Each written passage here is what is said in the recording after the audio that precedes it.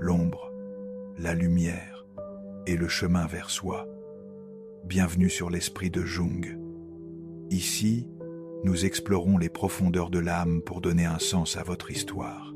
Si deux personnes sont véritablement destinées à être ensemble, un schéma indéniable finit toujours par émerger. Beaucoup grandissent en croyant que le destin est sans effort, qu'il ressemble à une joie instantanée, à un conte de fées où deux personnes se rencontrent et où tout s'emboîte simplement. Ils imaginent la vie devenant plus facile, les problèmes s'évanouissant et l'amour arrivant sans résistance. Mais le véritable destin n'arrive jamais dans un emballage aussi soigné. Le vrai destin commence par une perturbation, par un bouleversement, par des défis qui semblent presque impossibles à surmonter. L'univers ne vous remet pas l'amour avec délicatesse. Il vous teste d'abord, brisant les illusions, remodelant votre identité et exigeant que vous grandissiez individuellement avant que l'union ne puisse jamais prendre forme. C'est la seule chose qui arrive toujours. L'amour destiné ne commence pas par le confort ou la paix. Il commence par une reconnaissance, une conscience indéniable et souvent déroutante. Le premier signe que quelqu'un vous est destiné n'est pas une assurance tranquille. C'est une reconnaissance silencieuse et troublante.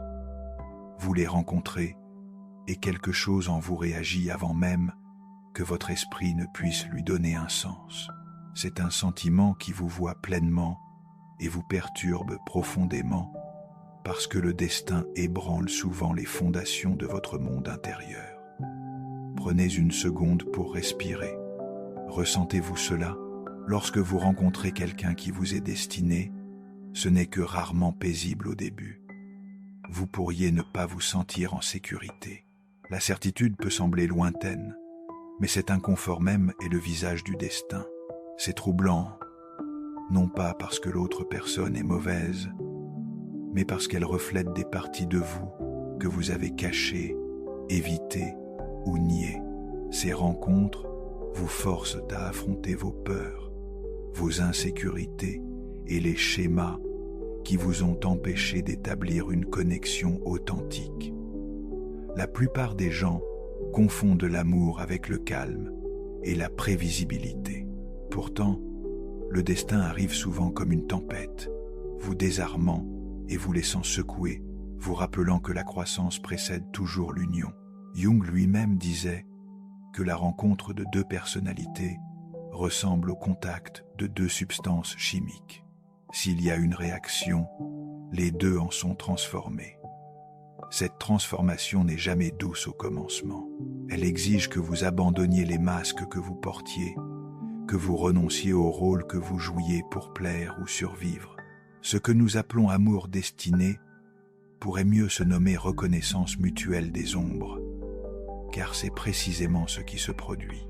Deux personnes se rencontrent et, instantanément, sans comprendre pourquoi, elles activent l'une chez l'autre des zones psychiques longtemps enfouies. Ce n'est pas romantique dans le sens conventionnel, c'est archétypal.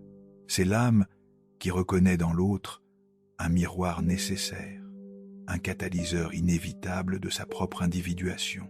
Il y avait une psychologue, 47 ans, qui croyait comprendre l'amour mieux que quiconque. Elle avait passé 2 décennies à conseiller des couples, à analyser des schémas relationnels, à guider les autres vers la clarté émotionnelle. Sa vie professionnelle était impeccable, sa vie personnelle, un désert soigneusement contrôlé. Elle avait appris à protéger son cœur avec une armure invisible, forgée par des années de déception précoce et de relations rationnelles, mais sans profondeur. Elle se croyait immunisée contre les surprises émotionnelles. Elle se trompait. Un jour, lors d'un colloque à Genève, elle rencontra un homme. Pas lors d'une conférence, mais dans le silence d'une bibliothèque, tard le soir. Il cherchait un ouvrage sur l'alchimie jungienne. Elle leva les yeux de son livre, et leurs regards se croisèrent.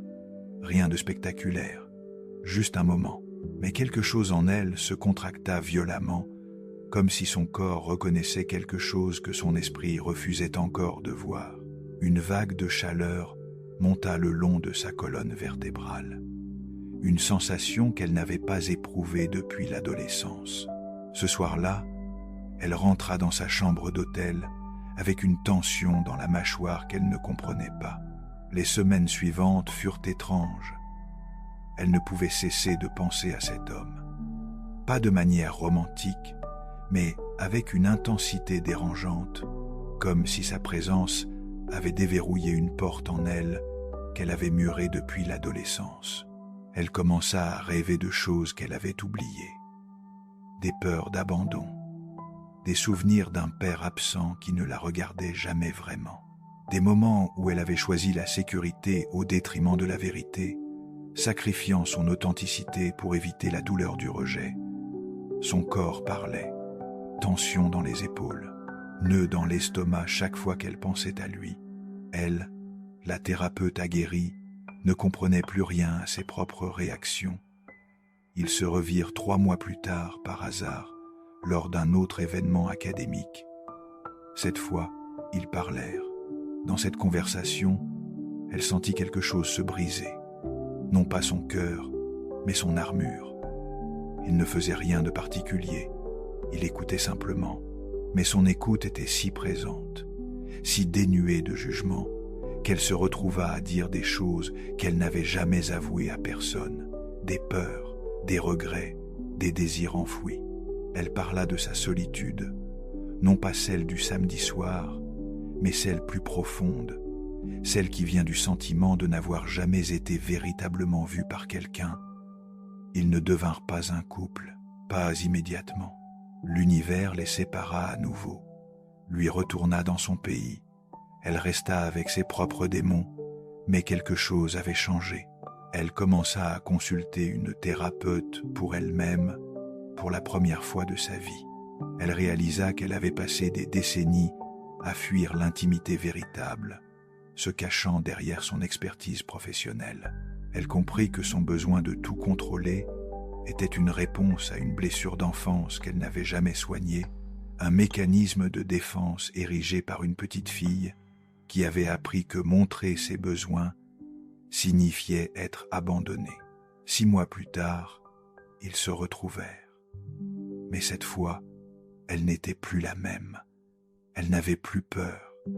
Elle n'avait plus besoin de lui pour se sentir complète. Elle le choisit librement, consciemment, depuis un lieu de force intérieure.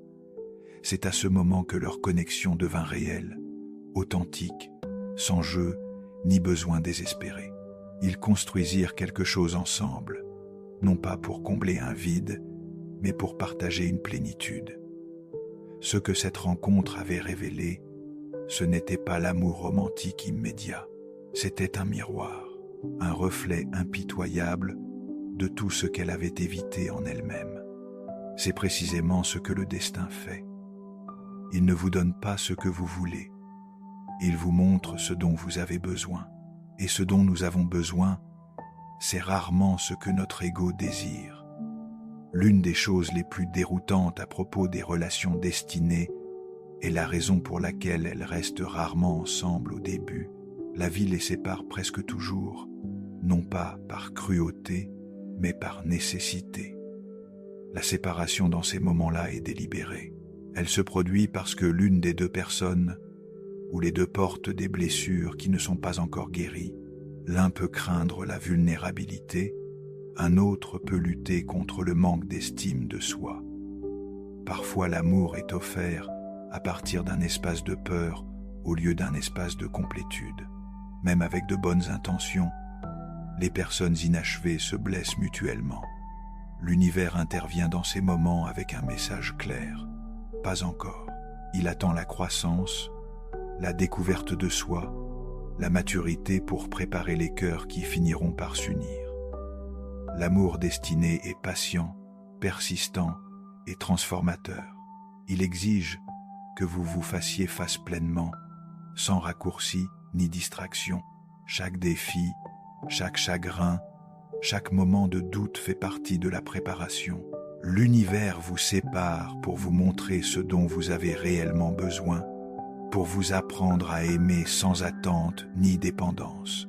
Quand le moment sera venu, les pièces du puzzle s'assembleront, mais seulement après que vous ayez été remodelé en la personne capable de recevoir et de soutenir pleinement cet amour.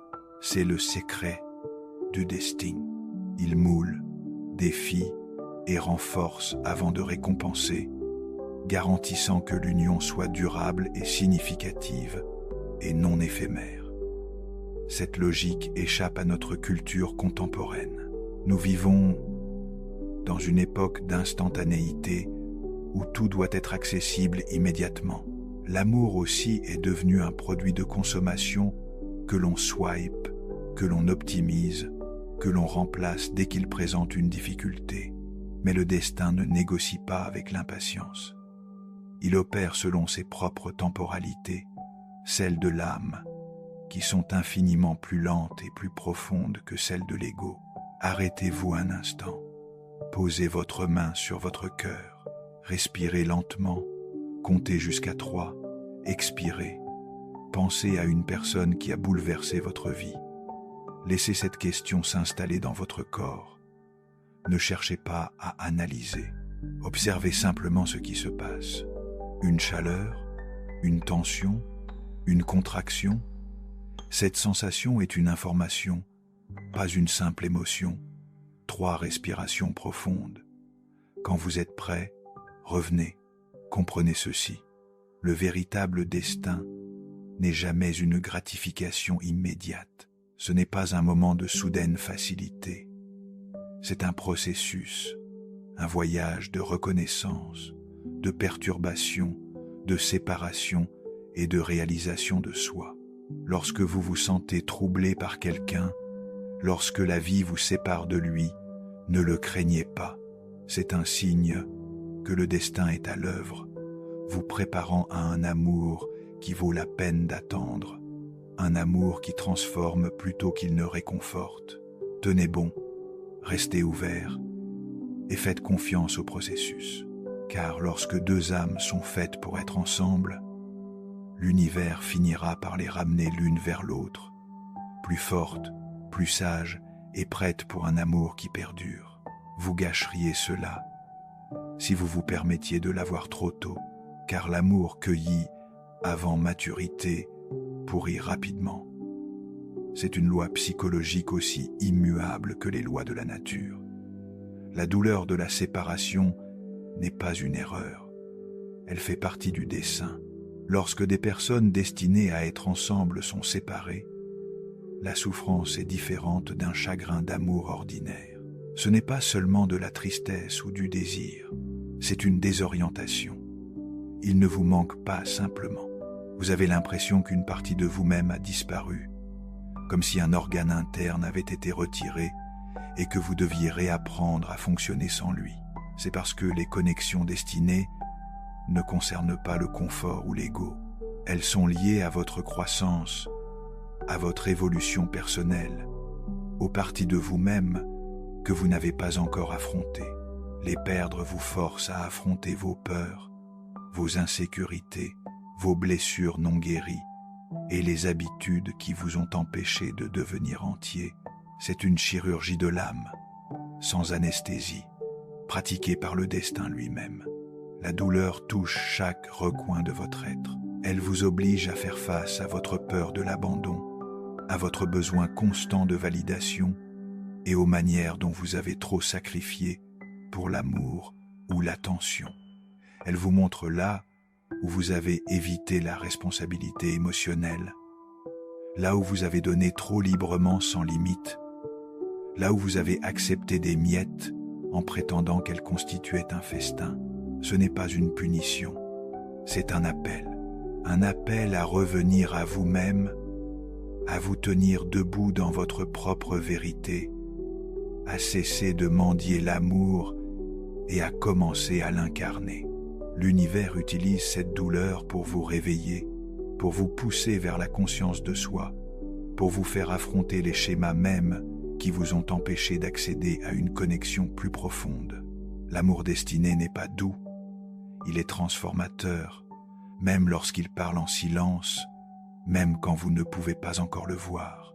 Il travaille dans l'obscurité, dans les profondeurs de votre psyché, remodelant votre capacité à aimer et à être aimé.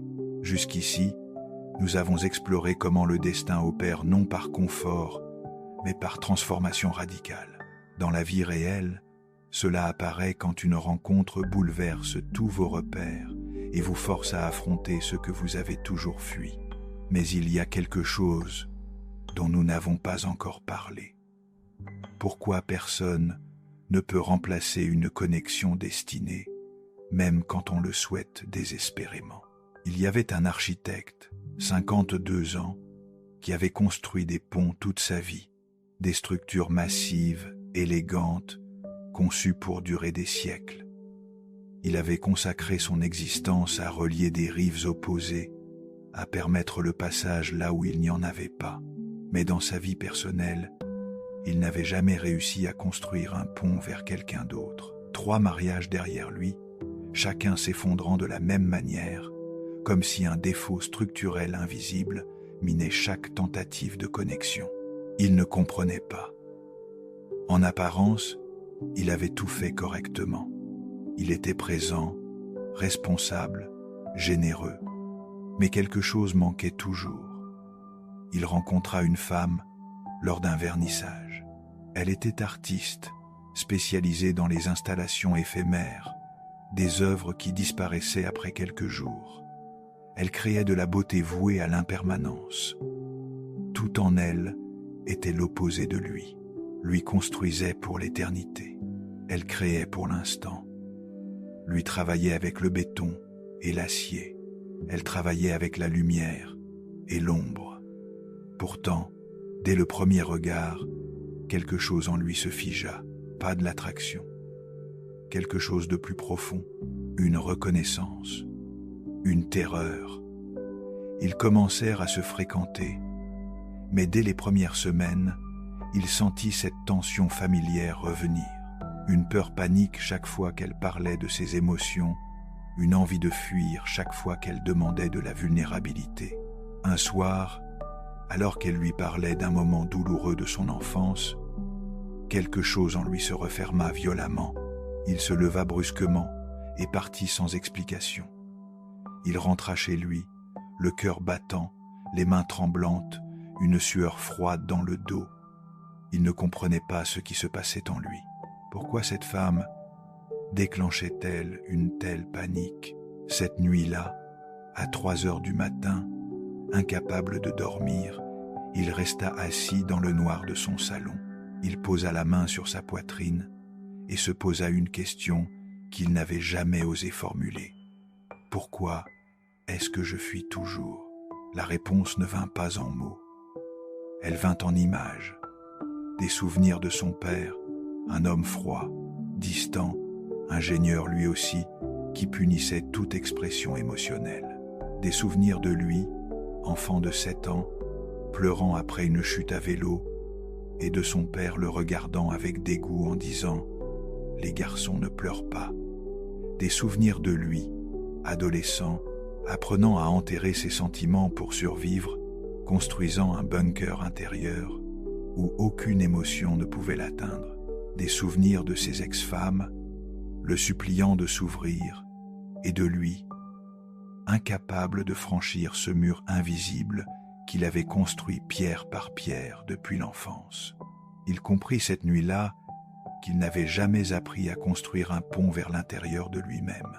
Il avait passé une vie entière à fuir ses propres émotions, se réfugiant dans des structures de béton et d'acier, transformant le monde extérieur pendant qu'il laissait son monde intérieur en ruine. La femme qu'il venait de rencontrer n'était pas le problème. Elle était le miroir. Elle reflétait tout ce qu'il avait évité pendant 52 ans. Sa capacité à ressentir, à exprimer, à exister dans la vulnérabilité lui montrait tout ce qu'il s'était interdit d'être. Il ne la rappela pas immédiatement. Il prit le temps. Il consulta un thérapeute pour la première fois de sa vie. Il commença à écrire sur ses peurs, ses souvenirs, ses regrets, remplissant des cahiers entiers de mots maladroits mais honnêtes. Il apprit à rester assis avec l'inconfort, à ne plus fuir dès que quelque chose remuait en lui. Il pleura pour la première fois depuis 40 ans, seul dans son bureau, des sanglots qui venaient du plus profond de lui, libérant des décennies de douleurs compressées. 6 mois plus tard, il la contacta. Il s'excusa. Il lui expliqua, non pour se justifier, mais pour lui offrir la vérité. Cette fois, quand elle parla de ses émotions, il ne partit pas, il resta, il écouta, il laissa son propre cœur s'ouvrir, lentement, maladroitement, mais sincèrement. Il lui parla de son père, de sa peur, de tout ce qu'il avait caché pendant une vie entière. Leur relation ne devint pas parfaite, mais elle devint réelle. Pour la première fois de sa vie, il comprit ce que signifiait vraiment construire quelque chose avec quelqu'un, pas une structure rigide destinée à durer éternellement sans changement, mais un espace vivant, capable de respirer, de changer, de grandir, de s'adapter, un espace où 2 personnes pouvaient exister pleinement, sans masque, sans armure. Ce que cette femme avait déclenché en lui, ce n'était pas l'amour romantique. C'était une crise existentielle, une confrontation avec lui-même, une révolte contre tout ce qu'il avait appris à être. C'est précisément ce que font les connexions destinées. Elles ne vous complètent pas, elles vous brisent d'abord pour que vous puissiez vous reconstruire entier selon votre propre architecture intérieure et non celle imposée par les autres. Voici la partie étrange. Même après la séparation, même quand il n'y a plus de contact, même quand chaque partie logique de votre esprit vous dit de passer à autre chose, quelque chose en vous change. Vous changez sans vous en rendre compte au début. Vous grandissez, vous devenez plus conscient, plus sélectif, plus honnête émotionnellement. C'est subtil, progressif, mais irréversible. Les choses que vous aviez l'habitude de tolérer deviennent soudainement inacceptables. Les personnes que vous aviez l'habitude de poursuivre ne possèdent plus le même attrait. Vos envies passent de l'attention superficielle à la profondeur, à la substance et à l'authenticité. Vous ne comprenez pas nécessairement pourquoi. Vous reliez rarement cette transformation personnelle directement à eux. Pourtant, elle commence dès l'instant où ils entrent dans votre vie. Les connexions destinées ne créent pas d'obsession. Elles créent de la réflexion, de l'intuition et une croissance personnelle. L'amour destiné laisse sa marque dans les espaces calmes de votre vie. Vous pensez à eux non pas par solitude ou par manque, mais parce que votre âme reconnaît des leçons inachevées et une croissance intérieure que seuls eux pouvaient catalyser. Leur absence devient une présence d'un autre ordre, une présence symbolique qui continue de vous guider même sans contact physique. Vous les remarquez lors de moments de réflexion personnelle, lors de percées émotionnelles et lors de nuits calmes quand le monde semble immobile. Ce n'est pas de l'attachement, c'est de l'intégration, le tissage subtil et profond de leur influence dans votre évolution personnelle. Vous apprenez ce que vous ne saviez pas avoir besoin d'apprendre. Lentement, sans effort conscient, votre vie commence à basculer de manière qui vous prépare à un niveau supérieur d'amour et de connexion. Vous élevez vos standards, vous refusez ce qui autrefois vous aurait suffi, vous réclamez votre propre valeur. Personne ne peut remplacer une connexion destinée. Les gens essaient, ils sortent avec d'autres, se distraient, prétendent avoir tourné la page. Mais quelque chose semble toujours manquer. Non pas parce que la nouvelle personne est inadéquate, mais parce qu'elle ne déclenche pas la même croissance. Elle ne touche pas les mêmes profondeurs. Elle n'active pas les mêmes mécanismes de transformation intérieure. L'amour destiné opère à un niveau complètement différent. Il ne s'agit pas de chimie ou de commodité. Il s'agit d'évolution, de pousser les 2 personnes vers la complétude, d'éveiller des leçons que les relations ordinaires ne peuvent atteindre. Vous ne pouvez pas le précipiter, le reproduire ou le remplacer, car son but est bien plus profond qu'une simple camaraderie. Il existe pour défier, enseigner et transformer les deux âmes impliquées. Il existe pour vous ramener à vous-même. Pendant la séparation, le destin travaille silencieusement mais puissamment sur les deux individus. L'un apprend les limites, l'autre apprend la responsabilité. L'un apprend le respect de soi, l'autre apprend la maturité émotionnelle. L'un apprend à arrêter de poursuivre ce qui ne peut être forcé. L'autre apprend à arrêter de fuir ce qui doit être affronté. Chacun dans son coin, sans se parler, sans se voir, fait un travail parallèle. Le destin est patient. Il attend que les deux chemins convergent au bon moment. Aucune des deux personnes ne voit encore le tableau d'ensemble. C'est intentionnel. L'univers retient la vue d'ensemble jusqu'à ce que chaque âme ait suffisamment grandi pour gérer l'amour qui l'attend.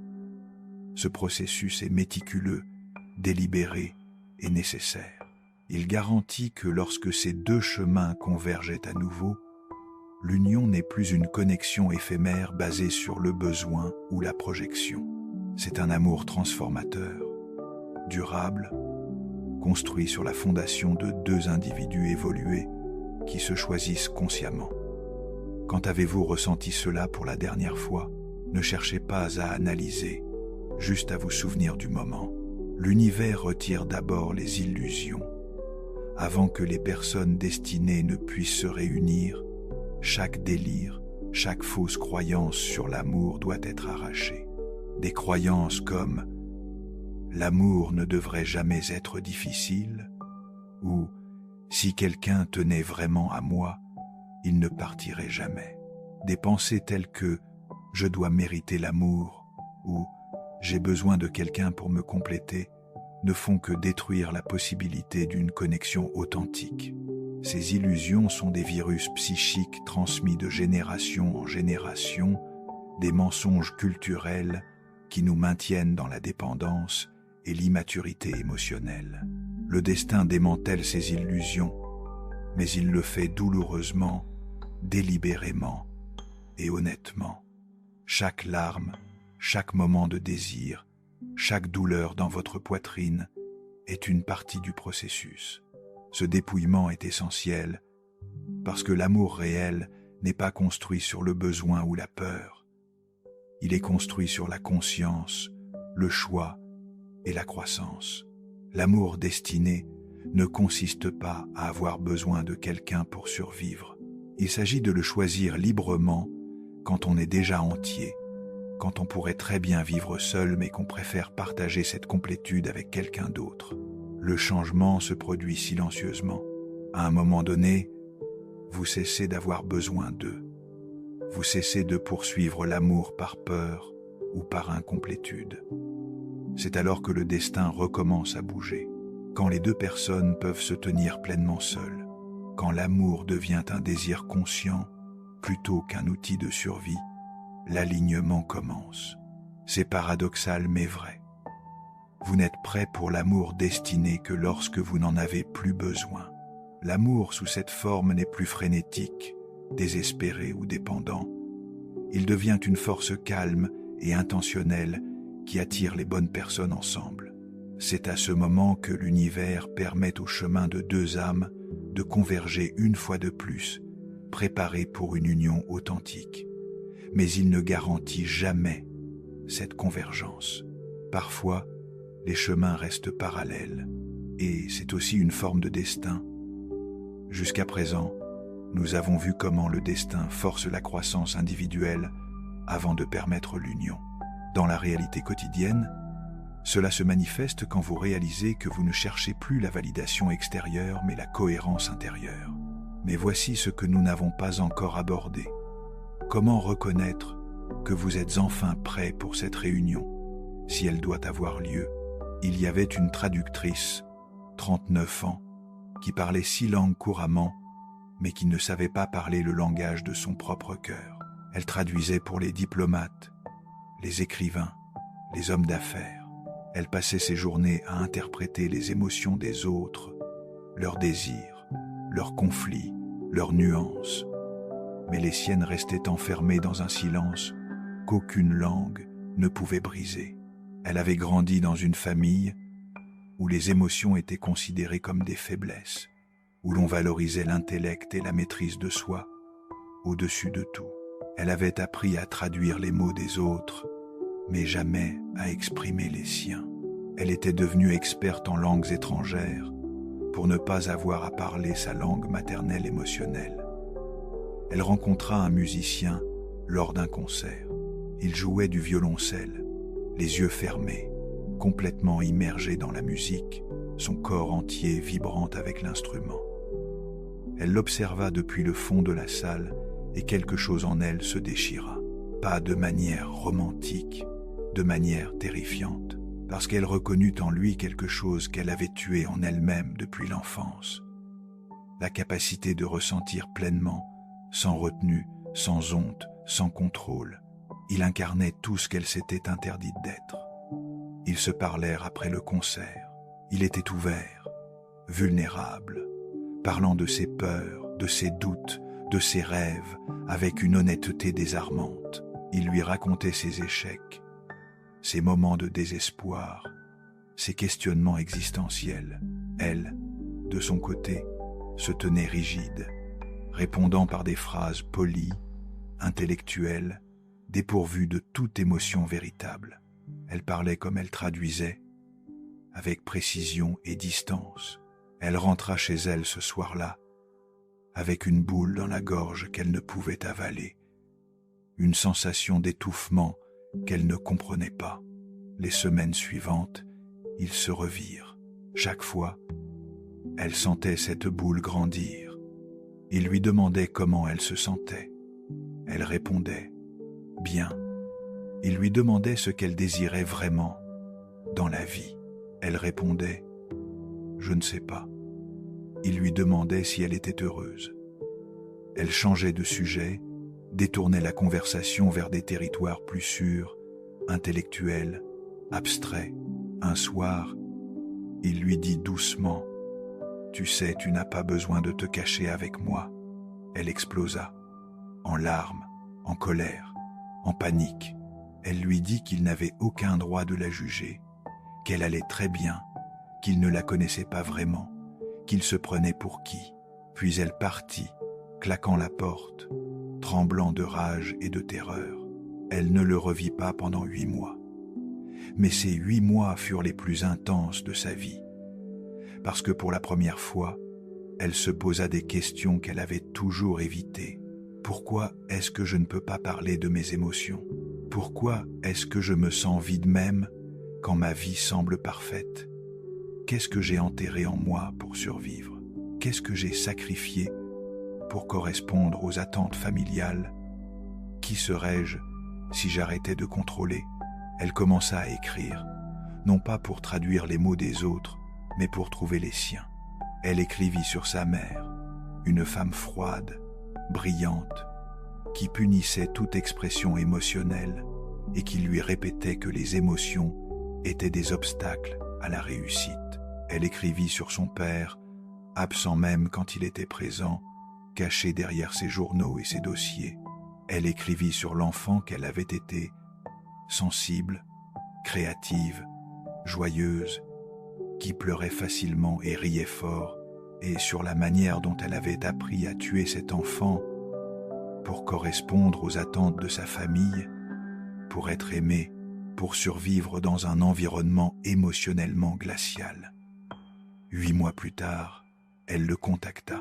Elle s'assit en face de lui dans un café et, pour la première fois de sa vie d'adulte, elle parla avec son cœur. Elle lui dit qu'elle avait eu peur, qu'il avait vu en elle quelque chose qu'elle avait passé 39 ans à cacher, qu'elle ne savait pas encore comment être vulnérable, mais qu'elle voulait apprendre, qu'elle était désolée, qu'elle comprenait maintenant. Il écouta, il sourit. Il lui dit simplement « Tu viens de commencer, et c'est courageux ». Ils ne devinrent pas un couple, ils restèrent amis, mais cette amitié changea sa vie. parce qu'il lui avait montré, sans le savoir, que la vulnérabilité n'était pas une faiblesse, que ressentir n'était pas dangereux, que parler avec son cœur n'était pas une trahison de soi-même, mais un retour à soi-même. Il lui avait donné la permission d'exister émotionnellement. Ce qu'il avait déclenché en elle, ce n'était pas de l'amour romantique, c'était une révolte intérieure, une libération, une insurrection contre toute une vie passée à se trahir. C'est exactement ce que font les connexions destinées. Elles ne vous donnent pas ce que vous pensiez vouloir. Elles vous donnent ce dont votre âme a toujours eu besoin, même si cela ressemble d'abord à une destruction. Lorsque les personnes destinées se réunissent, l'expérience est profondément différente d'auparavant. Il y a moins d'anxiété, moins de peur et moins d'ego. La connexion semble plus calme, plus profonde et plus claire. Pas parfaite, mais consciente. Les jeux, la manipulation et l'incertitude qui obscurcissaient autrefois leurs liens ont disparu. Ce qui reste est une reconnaissance plus forte qu'avant, une présence mutuelle sans masque, sans défense, sans stratégie. Même s'ils ne reviennent pas, la connexion était tout de même réelle. Toutes les relations destinées ne sont pas faites pour durer toute une vie.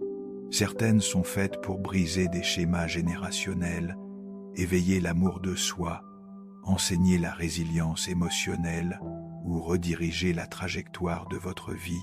Leur but n'est pas la permanence, mais la transformation. Elles arrivent pour vous déstabiliser, vous briser, vous reconstruire.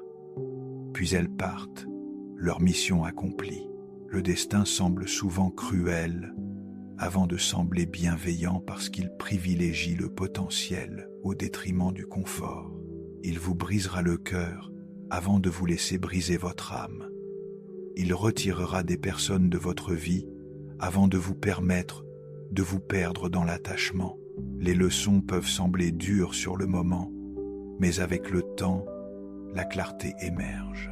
Ce qui ressemblait à une punition se révèle être une protection. Ce qui semblait être une perte se révèle être une libération. Maintenant, quelque chose change, parce que comprendre ceci intellectuellement ne suffit pas. Vous devez le sentir dans votre corps. Cela demande de ralentir. La seule constante, la vérité finale, est celle-ci. Quand deux personnes sont véritablement destinées à être ensemble, elles sont forcées de grandir séparément. Les illusions sont balayées, les ombres affrontées et les cœurs remodelés en version plus saine et plus forte d'eux-mêmes.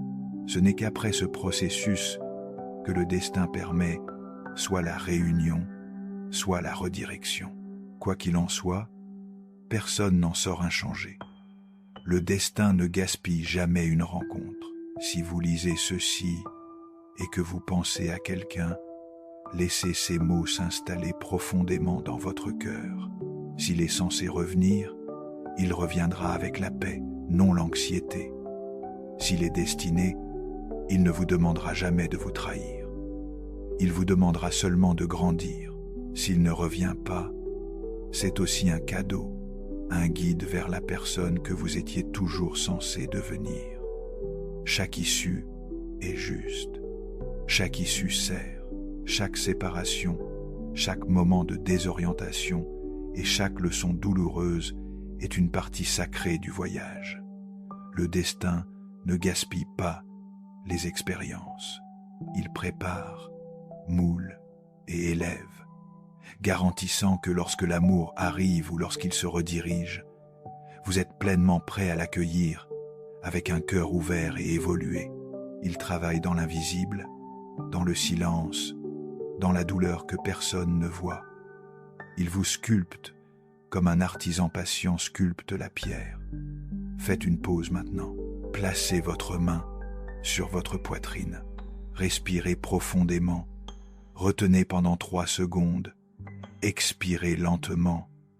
Pensez à une relation qui vous a transformé. Ne jugez pas. Observez juste ce que votre corps vous dit. Une sensation de chaleur, de serrement, de légèreté, c'est de l'information, pas de l'anxiété. 3 respirations encore, lentement. Quand vous êtes prêt, continuez. Les connexions destinées sont l'un des mystères les plus profonds de la vie. Elles suivent rarement le chemin auquel nous nous attendons. Quand 2 personnes sont vraiment faites l'une pour l'autre, l'univers ne les précipite pas dans le confort ou la certitude.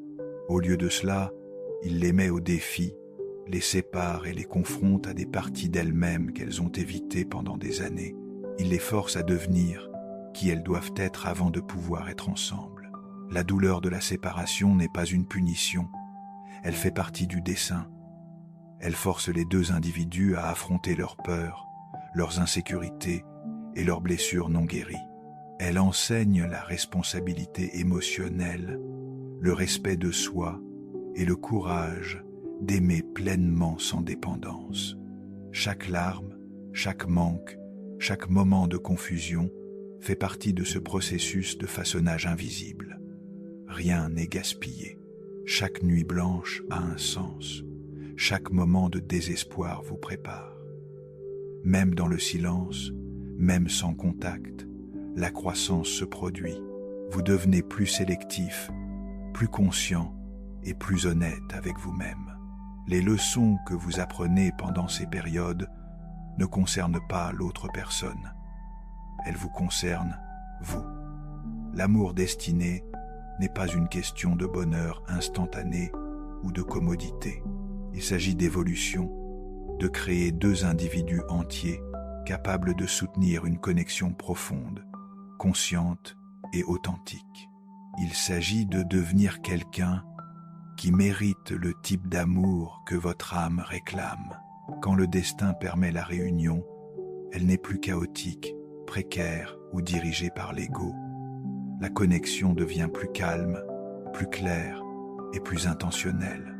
Même si la réunion n'a pas lieu, l'impact reste profond, orientant les 2 âmes vers la réalisation de soi et la maturité émotionnelle.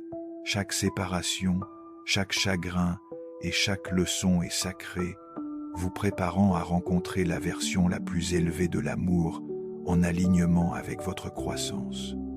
Le destin ne vous doit rien, mais il vous prépare à tout. Le véritable destin ne gaspille jamais une expérience. Il s'assure que chaque défi serve un but dans l'éveil de votre force intérieure et de votre aptitude à recevoir l'amour qui vous est destiné. Chaque personne qui entre dans votre vie a un rôle. Certains sont là pour vous aimer, d'autres pour vous briser, d'autres encore pour vous montrer qui vous ne voulez plus être. Tous servent le même processus, votre individuation.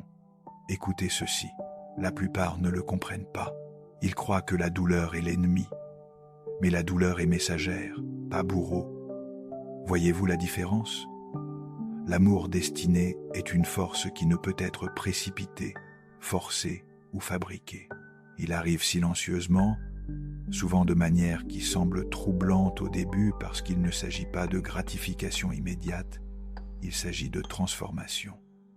Les personnes qui sont censées impacter votre vie profondément vous défieront, perturberont vos schémas et révéleront les parties de vous-même que vous avez cachées même à votre propre conscience.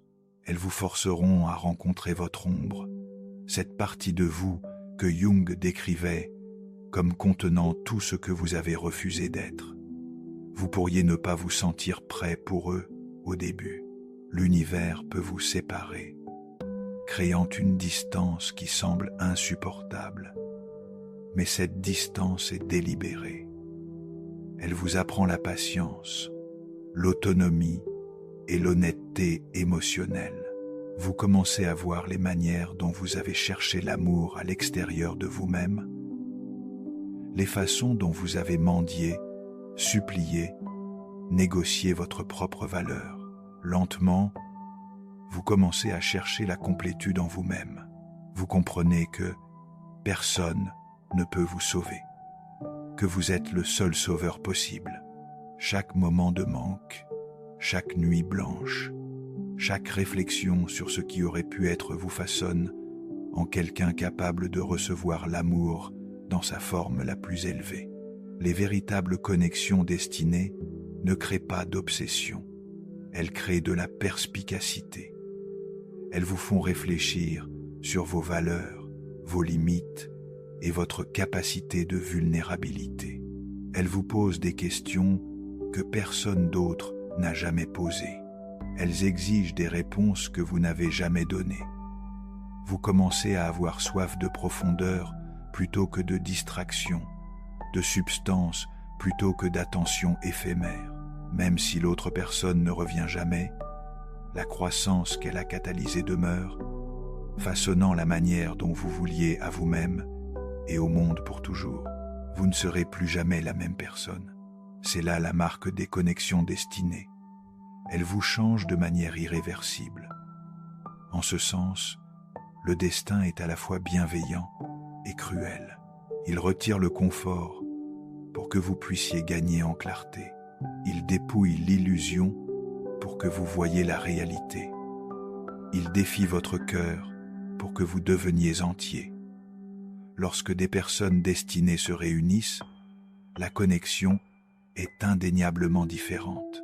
Il n'y a pas de poursuite frénétique, pas de jeu, pas d'incertitude. Au lieu de cela, il y a un amour calme et conscient, construit sur une croissance mutuelle. Il y a une présence sans agenda, une reconnaissance sans possession. L'anxiété qui définissait autrefois, le lien est remplacé par la compréhension et la clarté. Chaque personne a été remodelée par la séparation et les défis, désormais capable d'offrir honnêteté et présence sans crainte. C'est l'amour auquel le destin vous prépare, non pas une romance éphémère basée sur l'excitation et la projection, mais une relation qui fortifie et élève les deux âmes, qui permet à chacun de devenir plus lui-même, non moins. Si la réunion ne se produit jamais, cela aussi est le destin accomplissant son but. Certaines connexions existent pour briser d'anciens schémas, éveiller l'amour de soi et enseigner la profondeur émotionnelle. Elles sont sacrées non parce qu'elles durent éternellement, mais parce qu'elles vous guident vers la personne que vous avez toujours été censé devenir. L'impact est éternel, ancré dans votre croissance, vos choix et votre cœur. Elles vous accompagnent pour toujours, non comme une présence physique, mais comme une empreinte psychique qui continue de vous guider. Nous avons maintenant traversé les différentes phases du destin amoureux, de la reconnaissance troublante initiale à la séparation nécessaire, puis à la transformation personnelle. Ce que nous découvrons, c'est que l'amour destiné ne suit jamais la logique de l'ego, mais toujours celle de l'âme. Il reste un aspect essentiel à explorer, ce qui se passe quand les deux personnes ont enfin terminé leur travail intérieur et que les chemins se recroisent ou ne se recroisent pas. L'amour destiné ne consiste jamais à avoir besoin l'un de l'autre ou à se compléter mutuellement. Il s'agit de se choisir librement depuis un lieu de complétude. Il vous apprend à cesser de fuir l'inconfort et à cesser de chercher la validation. Il force la réflexion sur soi et le courage émotionnel, obligeant les deux personnes à affronter leurs ombres et à évoluer. Il exige que vous deveniez adulte, psychiquement et émotionnellement. La douleur n'est pas une punition, mais un outil, un catalyseur de transformation. À travers elle, vous apprenez ce que le véritable amour exige: de la patience, de la conscience et la volonté de grandir, même quand on se sent seul ou désorienté. Chaque séparation, chaque défi et chaque leçon est une étape vers l'alignement. Le destin vous façonne non pas pour un confort immédiat, mais pour le genre d'amour qui dure parce qu'il est construit sur la clarté, la croissance et le choix conscient, sur la liberté, non la dépendance. Les connexions destinées opèrent à un niveau que la plupart des gens comprennent rarement. Elles ne concernent pas la commodité, le confort ou le bonheur immédiat. Elles visent à éveiller les parties de vous-même qui sont restées dormantes ou cachées. Quand vous rencontrez quelqu'un de véritablement destiné, c'est comme si un miroir était tendu devant votre âme. Un miroir impitoyable qui ne ment jamais. Les parties de vous-même que vous avez ignorées et niées sont soudainement reflétées avec clarté. Cela peut être troublant parce que cela vous force à affronter des vérités que vous avez être passé une vie entière à éviter. Vous commencez à remarquer des schémas dans votre comportement, des peurs que vous portiez et les manières dont vous avez limité votre capacité à aimer pleinement. Vous voyez comment vous sabotez, comment vous fuyez, comment vous choisissez la sécurité plutôt que la vérité. La douleur de la séparation dans ces connexions ne ressemble à aucun chagrin d'amour ordinaire. Elle coupe plus profondément, non pas parce que l'autre personne est mauvaise, mais parce qu'elle déclenche votre croissance. Elle vous montre les endroits où la guérison est nécessaire, les limites que vous devez établir et le respect de soi que vous devez revendiquer. Elle révèle les blessures que vous traînez depuis l'enfance, les schémas hérités de vos parents, les croyances toxiques absorbées de votre culture. Chaque désir, chaque douleur et chaque souvenir est une leçon d'évolution, un jalon pointant vers qui vous êtes censé devenir. Pendant ce temps passé séparés, la vie vous enseigne la patience, la résilience et la conscience. Vous commencez à vous observer sans distraction, à comprendre vos besoins et vos désirs sans projection. Vous apprenez à distinguer votre voix intérieure des voix qui ont été implantées en vous. Des choses qui semblaient autrefois tolérables paraissent soudainement désalignées avec votre vérité. Des personnes que vous poursuiviez par le passé ne vous intéressent plus. L'attention sans profondeur perd sa valeur. Votre cœur commence à avoir soif d'authenticité, de présence et d'honnêteté émotionnelle. Vous élevez vos standards non par arrogance, mais par respect de soi. Même lorsque vous ne reliez pas consciemment cette croissance à l'autre personne, la transformation opère. L'influence d'une connexion destinée est subtile mais puissante, façonnant votre perspective, vos schémas émotionnels et votre compréhension de l'amour. C'est pourquoi le destin ne précipite pas la réunion. Il ne peut permettre à la connexion de reprendre tant que les deux âmes ne sont pas prêtes à s'engager pleinement, consciemment et sans peur. Tant que chaque personne n'est pas devenue entière. Ce n'est qu'alors que l'univers permet l'alignement, la réunion ou un nouveau chemin qui poursuit le travail de croissance. Le destin est à la fois précis et patient. Il retire d'abord les illusions, balayant les croyances qui déforment l'amour. Des mythes comme « l'amour ne devrait jamais faire mal » ou « je dois mériter l'affection de quelqu'un » ou « j'ai besoin de quelqu'un d'autre pour me sentir entier » sont démantelés pièce par pièce. Chaque illusion arrachée fait mal, mais chaque arrachement est nécessaire. Ces illusions sont douloureuses à affronter, mais elles sont nécessaires. Ce n'est que lorsque les deux personnes peuvent se choisir librement, depuis la complétude et non le besoin, que la véritable connexion fleurit.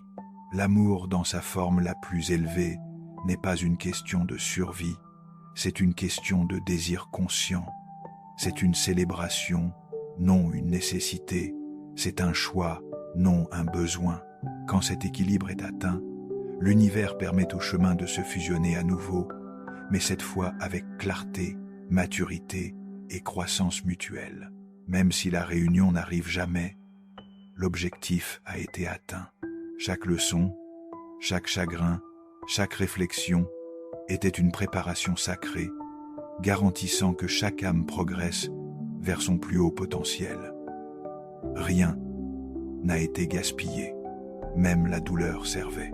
L'amour destiné transforme la manière dont vous abordez les relations, la vie et vous-même.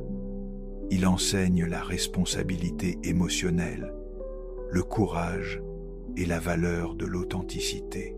Il vous force à arrêter de vous cacher de vos peurs et à arrêter de chercher la validation à l'extérieur de vous-même.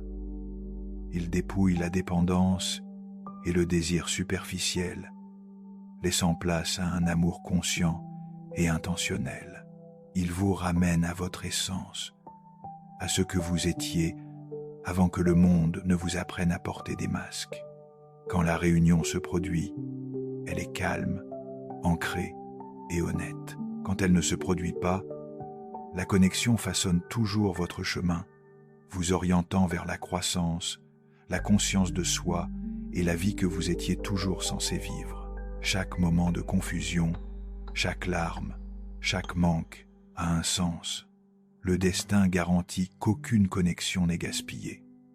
Chaque rencontre sert un but dans l'architecture invisible de votre évolution. Il peut sembler cruel avant de sembler bienveillant, mais les résultats sont profonds, durables et transformateurs. Les connexions destinées ne ressemblent à aucune autre relation parce qu'elles ne sont pas définies par la commodité, le confort ou l'immédiateté. Elles existent sur un plan plus profond, touchant le cœur même de votre être et vous défiant d'évoluer. Elles sont alchimiques, dans le sens où Jung utilisait ce terme. Elles transforment le plomb de votre personnalité non intégrée en l'or de votre véritable soi. Dès l'instant où ces connexions entrent dans votre vie, elles agissent comme des catalyseurs de découverte de soi, vous forçant à affronter les parties de vous-même que vous avez longtemps ignorées. Ce n'est jamais facile. L'univers vous séparera d'eux à plusieurs reprises, non comme une punition, mais comme une préparation. Chaque séparation est une initiation. Chaque retrouvaille est une renaissance. Le vide que vous ressentez n'est pas seulement le manque d'une autre personne, c'est la reconnaissance que quelque chose en vous est incomplet, non résolu ou non guéri. C'est pourquoi la douleur de la séparation est si différente d'un chagrin d'amour ordinaire. Elle vous désoriente, vous trouble et impose un niveau d'introspection que l'amour ordinaire exige rarement. Elle vous force à poser des questions que vous auriez préféré éviter toute votre vie. Pendant ces périodes de séparation, vous commencez à changer sans même vous en rendre compte. Vos perceptions de l'amour, de l'attachement et des limites personnelles évoluent. Les traits que vous tolériez autrefois ou que vous négligiez deviennent soudainement incompatibles avec votre moi en évolution. Vous arrêtez de poursuivre des personnes qui ne peuvent pas vous rejoindre à ce nouveau niveau. Vous comprenez que certaines personnes appartiennent à votre passé, non à votre avenir. Vous commencez à avoir soif d'authenticité, de profondeur et d'honnêteté émotionnelle au-dessus de la validation superficielle. Même les moments de réflexion, les nuits calmes ou les pensées solitaires deviennent des occasions d'intégrer les leçons de la connexion. C'est une croissance invisible mais profonde. C'est le lent façonnage de votre cœur, de votre esprit et de votre paysage émotionnel, garantissant que lorsque la réunion aura lieu, vous serez prêt à vous engager consciemment et avec intégrité. Ou, si elle n'a pas lieu, que vous serez entier quoi qu'il arrive. L'amour destiné ne repose pas sur la dépendance. Il prospère sur le choix. La véritable connexion émerge quand les deux individus sont complets en eux-mêmes. Quand l'amour devient un désir plutôt qu'une nécessité. Quand l'ego s'efface et que l'âme choisit librement. C'est alors que la magie opère, pas avant. L'univers retire les illusions, les croyances comme « je dois mériter leur amour » ou « je ne peux pas être entier sans eux » parce que celles-ci déforment l'amour véritable. Ces leçons sont inconfortables, parfois dévastatrices, mais essentielles. Elles enseignent le courage émotionnel, le respect de soi et la capacité d'aimer sans peur ni attachement. Elles vous apprennent que l'amour véritable libère. Il n'emprisonne pas. C'est pourquoi l'amour destiné semble souvent cruel avant de paraître bienveillant. Il donne la priorité à votre potentiel plutôt qu'à votre confort. Il vous brise le cœur avant de vous permettre de vous épanouir pleinement, s'assurant que vous êtes prêt à aimer consciemment, profondément et sans compromis. Il refuse de vous laisser vous installer dans la médiocrité émotionnelle. Lorsque la connexion destinée revient enfin, elle est indéniable. Il n'y a pas de manipulation, pas d'insécurité, pas de poursuite frénétique. Le lien semble calme, ancré et conscient. Les deux individus ont été remodelés émotionnellement et spirituellement en des versions d'eux-mêmes capables de donner et de recevoir l'amour pleinement. Ils se rencontrent non plus comme deux moitiés cherchant à se compléter, mais comme deux entiers choisissant de créer quelque chose ensemble. Même si la réunion n'arrive jamais, le but reste sacré. La connexion a rempli son rôle ultime, catalyser la croissance, éveiller l'amour de soi, briser les schémas générationnels et rediriger votre vie. Elle vous a montré qui vous pourriez devenir si vous osiez affronter vos propres ombres. En lisant ces lignes, je ne peux m'empêcher de penser à cette tendance qu'on a tous de vouloir verrouiller l'amour, de vouloir que tout soit fluide tout de suite. Mais soyons honnêtes, les plus belles leçons de nos vies n'ont jamais été apprises dans le confort.